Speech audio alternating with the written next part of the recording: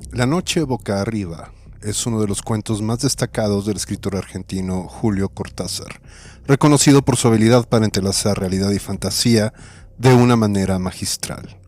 Publicado por primera vez en 1956, este relato es una poderosa exploración de los límites entre la vigilia y el sueño, la identidad y la alteridad.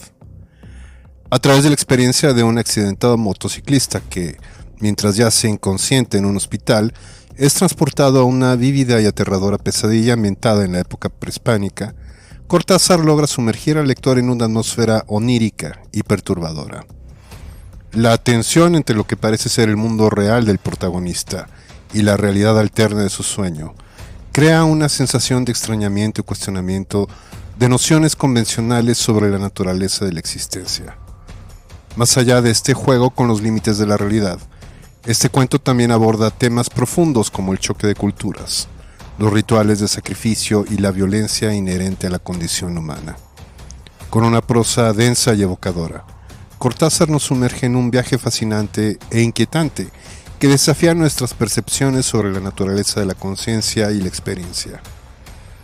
Esta magistral obra del autor se ha convertido en uno de los cuentos más admirados y analizados de la literatura hispanoamericana del siglo XX.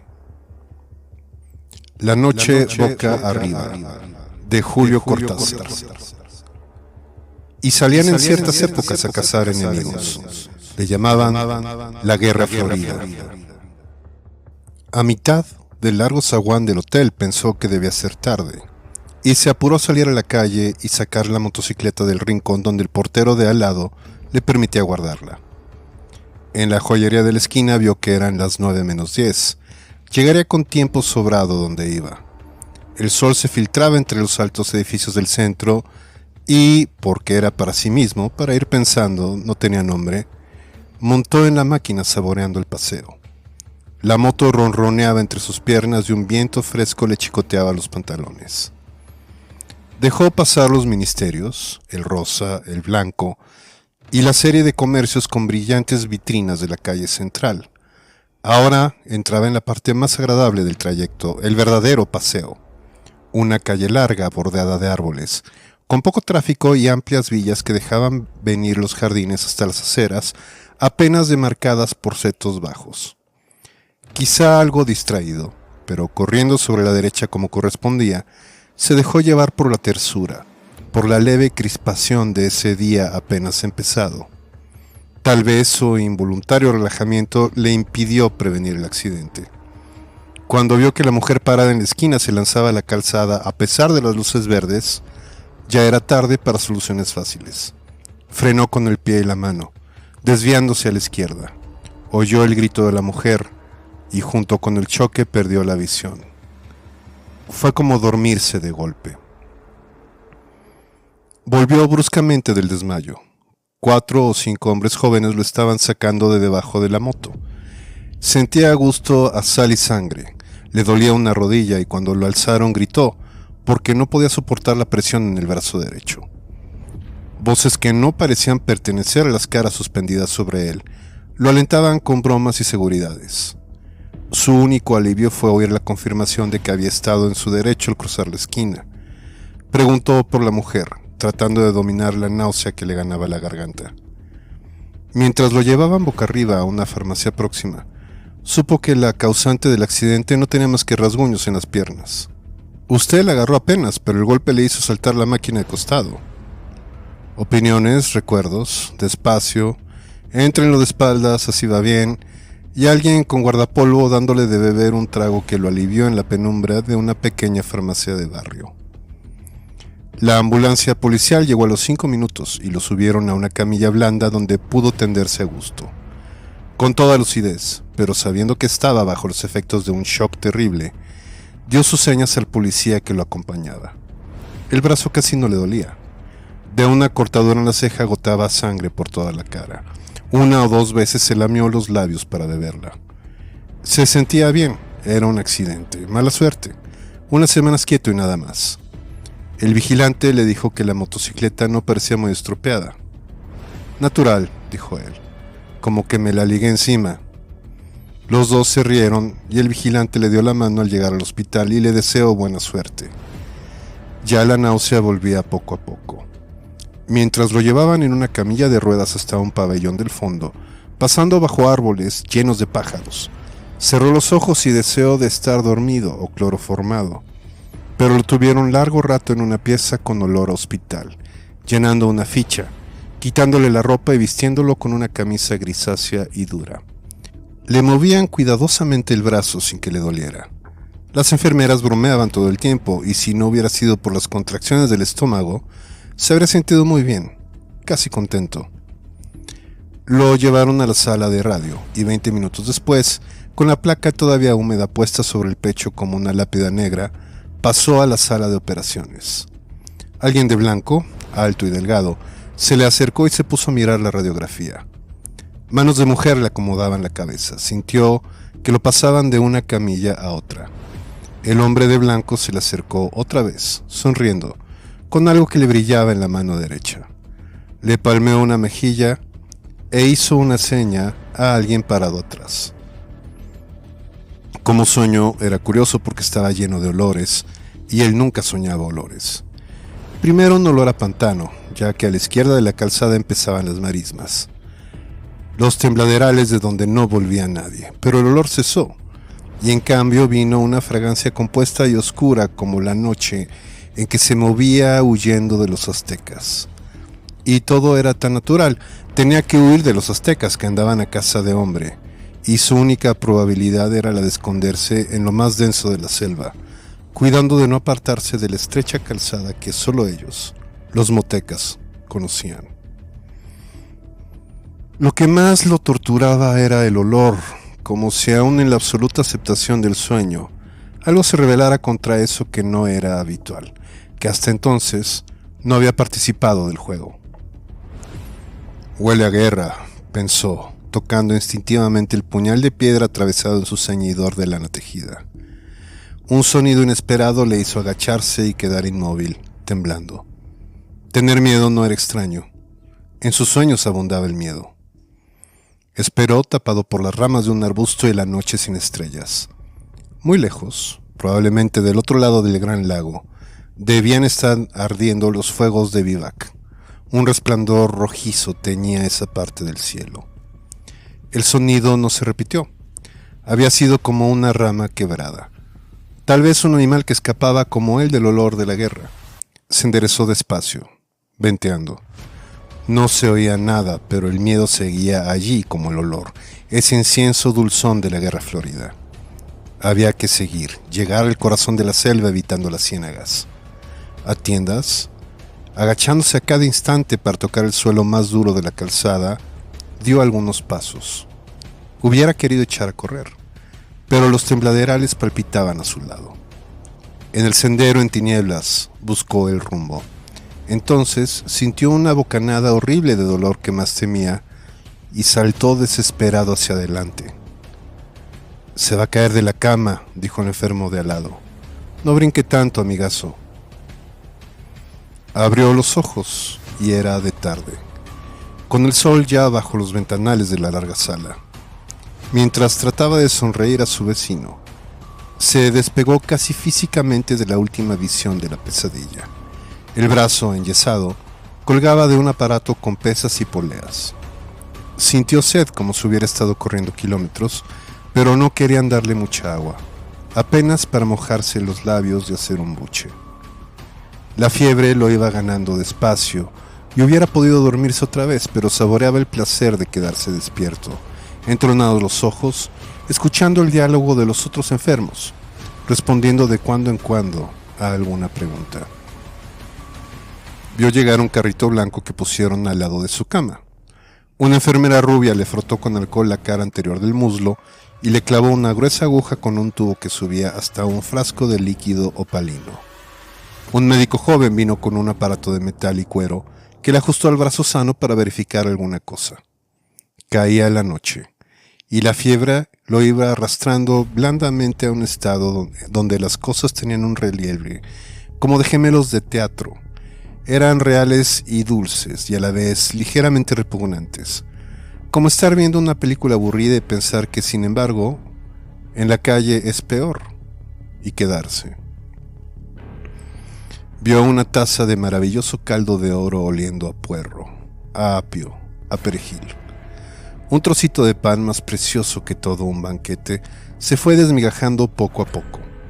El brazo no le dolía nada y solamente en la ceja, donde le habían suturado, chirriaba a veces una punzada caliente y rápida.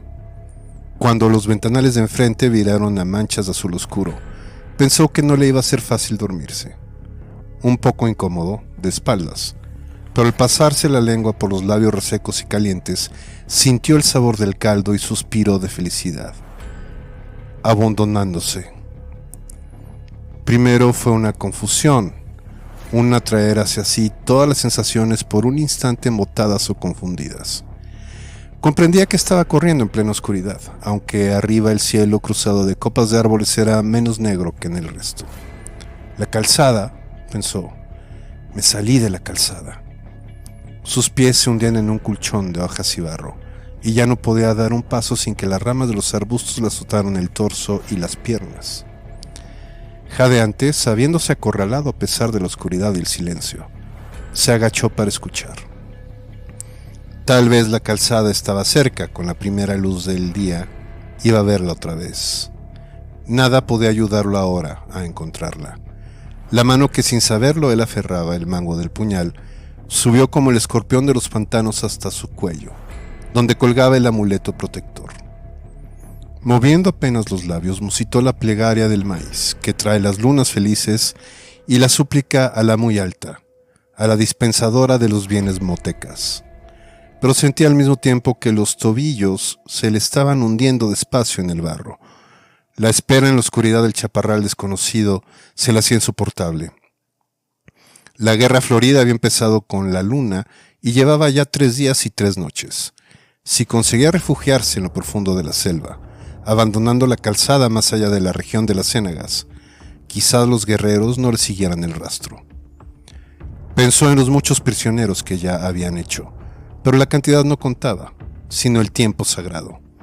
La caza continuaría hasta que los sacerdotes dieran la señal del regreso. Todo tenía su número y su fin, y él estaba dentro del tiempo sagrado, del otro lado de los cazadores. Olió los gritos y se enderezó de un salto, puñal en mano. Como si el cielo se encendiera en el horizonte, vio antorchas moviéndose entre las ramas, muy cerca. El olor a guerra era insoportable, y cuando el primer enemigo le saltó al cuello, casi sintió placer en hundirle la hoja de piedra en pleno pecho. Ya lo rodeaban las luces, los gritos alegres. Alcanzó a cortar el aire 1 o 2 veces y entonces una soga lo atrapó desde atrás. «Es la fiebre», dijo el de la cama de al lado. «A mí me pasaba igual cuando me operé del duodeno. Tome agua y va a ver que duerme bien». Al lado de la noche de donde volvía, la penumbra tibia de la sala le pareció deliciosa. Una lámpara violeta velaba en lo alto de la pared del fondo como un ojo protector. Se oía toser, respirar fuerte, a veces un diálogo en voz baja. Todo era grato y seguro, sin ese acoso, pero no quería seguir pensando en esa pesadilla. Había tantas cosas en que entretenerse. Se puso a mirar el yeso del brazo, las poleas que tan cómodamente lo sostenían en el aire. Le habían puesto una botella de agua mineral en la mesa de noche. Bebió del gollete golosamente. Distinguía ahora las formas de la sala, las 30 camas, los armarios con vitrinas. Ya no debía tener tanta fiebre, sentía fresca la cara. La ceja le dolía apenas, como un recuerdo. Se vio otra vez saliendo del hotel, sacando la moto. ¿Quién hubiera pensado que la cosa iba a acabar así? Trataba de fijar el momento del accidente y le dio rabia advertir que había ahí como un hueco, un vacío que no alcanzaba a rellenar. Entre el choque y el momento en que lo habían levantado del suelo, un desmayo o lo que fuera no le dejaba ver nada, y al mismo tiempo tenía la sensación que ese hueco, esa nada, había durado una eternidad. No, ni siquiera tiempo, más bien como si en ese hueco él hubiera pasado a través de algo o recorrido distancias inmensas. El choque, el golpe brutal contra el pavimento. De todas maneras, al salir del pozo negro había sentido casi un alivio mientras los hombres lo alzaban del suelo. Con el dolor del brazo roto, la sangre de la ceja partida, la contusión en la rodilla. Con todo eso, un alivio al volver al día y sentirse sostenido y auxiliado. Y era raro. Le preguntaría alguna vez al médico de la oficina. Ahora volvió a ganarlo el sueño, a tirarlo despacio hacia abajo. La almohada era tan blanda y en su garganta fiebrada la frescura del agua mineral. Quizá pudiera descansar de veras, sin las malditas pesadillas. La luz violeta de la lámpara en lo alto se iba apagando poco a poco. Como dormía de espaldas, no lo sorprendió la posición en que volvía a reconocerse, pero en cambio el olor a humedad, a piedra resumante de filtraciones, le cerró la garganta y lo obligó a comprender. Inútil abrir los ojos y mirar en todas direcciones, lo envolvía una oscuridad absoluta. Quiso enderezarse y sintió las sogas en las muñecas y los tobillos. Estaba estaqueado en el suelo, en un piso de lajas helado y húmedo. El frío le ganaba la espalda desnuda, las piernas. Con el mentón buscó torpemente el contacto con su amuleto y supo que se lo habían arrancado. Ahora estaba perdido. Ninguna plegaria podía salvarlo del final. Lejanamente, como filtrándose entre las piedras del calabozo, oyó los atabales de la fiesta. Lo habían traído al Teocalli. Estaba en las mazmorras del templo, en espera de su turno. Oyó gritar, un grito ronco que rebotaba en las paredes. Otro grito acabando en un quejido. Era él que gritaba en las tinieblas, gritaba porque estaba vivo. Todo su cuerpo se defendía con el grito de lo que iba a venir, del final inevitable. Pensó en sus compañeros que llenarían otras mazmorras, y en los que ascendían ya los peldaños del sacrificio. Gritó de nuevo sofocadamente, casi no podía abrir la boca. Tenía las mandíbulas agarrotadas y tal vez como si fueran de goma y se abrieran lentamente, con un esfuerzo interminable. El chirriar de los cerrojos lo sacudió como un látigo. Convulso, retorciéndose, luchó por zafarse de las cuerdas que se le hundían en la carne. Su brazo derecho, el más fuerte, tiraba hasta que el dolor se hizo intolerable y tuvo que ceder. Vio abrirse la doble puerta y el olor de las antorchas le llegó antes que la luz. Apenas ceñidos con el taparrabos de la ceremonia, los acólitos de los sacerdotes se le acercaron mirándolo con desprecio. Las luces se reflejaban en los torsos sudados, en el pelo negro lleno de plumas. Se dieron las sogas y en su lugar lo aferraron manos calientes, duras como bronce. Se sintió alzado, siempre boca arriba, tironeado por los 4 acólitos que lo llevaban por el pasadizo. Los portadores de antorchas iban adelante, alumbrando vagamente el corredor de paredes mojadas y techo tan bajo que los acólitos debían agachar la cabeza. Ahora lo llevaban, era el final. Boca arriba, a 1 metro del techo de roca viva que por momentos se iluminaba con un reflejo de antorcha. Cuando en vez de techo nacieran las estrellas y se alzara frente a él la escalinata incendiada de gritos y danzas, sería el fin. El pasadizo no acababa nunca, pero ya iba a acabar. De repente olería el aire lleno de estrellas, pero todavía no. Andaban llevándolo sin fin en la penumbra roja, tironeándolo brutalmente, y él no quería, pero ¿cómo impedirlo si le habían arrancado el amuleto que era su verdadero corazón? El centro de la vida. Salió de un brinco a la noche del hospital, al alto cielo raso dulce, a la sombra blanda que lo rodeaba. Pensó que debía haber gritado, pero sus vecinos dormían callados. En la mesa de noche, la botella de agua tenía algo de burbuja, de imagen translúcida contra la sombra azulada de los ventanales. Jadeó buscando el alivio de los pulmones, el olvido de esas imágenes que seguían pegadas a sus párpados. Cada vez que cerraba los ojos, las veía formarse instantáneamente y se enderezaba aterrado, pero gozando a la vez del saber que ahora estaba despierto, que la vigilia lo protegía, que pronto iba a amanecer con el buen sueño profundo que se tiene a esa hora, sin imágenes, sin nada. Le costaba mantener los ojos abiertos. La modorra era más fuerte que él. Hizo un último esfuerzo. Con la mano sana esbozó un gesto hacia la botella de agua. No logró tomarla. Sus dedos se cerraron en un vacío otra vez negro, y el pasadizo seguía interminable, roca tras roca, con súbitas fulguraciones rojizas. Y él boca arriba gimió apagadamente porque el techo iba a acabarse. Subía, abriéndose como una boca de sombra, y los acólitos se enderezaban, y de la altura una luna menguante le cayó en la cara, donde los ojos no querían verla. Desesperadamente se cerraban y se abrían buscando pasar al otro lado, al descubrir de nuevo el cielo raso protector de la sala. Y cada vez que se abrían era la noche y la luna mientras lo subían por la escalinata, ahora con la cabeza colgando hacia abajo. Y en lo alto estaban las hogueras, las rojas columnas de humo perfumado, y de golpe vio la piedra roja, brillante de sangre que chorreaba, y el vaivén de los pies del sacrificado que arrastraban para tirarlo, rodando por las escalinatas del norte. Con una última esperanza apretó los párpados, gimiendo por despertar.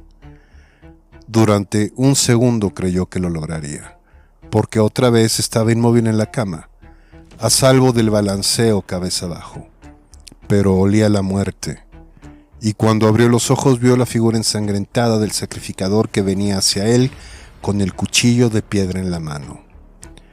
Alcanzó a cerrar otra vez los párpados, aunque ahora sabía que no iba a despertarse, que estaba despierto, que el sueño maravilloso había sido el otro, absurdo como todos los sueños, un sueño en el que había andado por extrañas avenidas de una ciudad asombrosa, con luces verdes y rojas que ardían sin llama ni humo, con un enorme insecto de metal que zumbaba bajo sus piernas. En la mentira de ese sueño también lo habían alzado del suelo. También se le había acercado con un cuchillo en la mano. A él, tendido boca arriba. A él, boca arriba con los ojos cerrados entre las hogueras.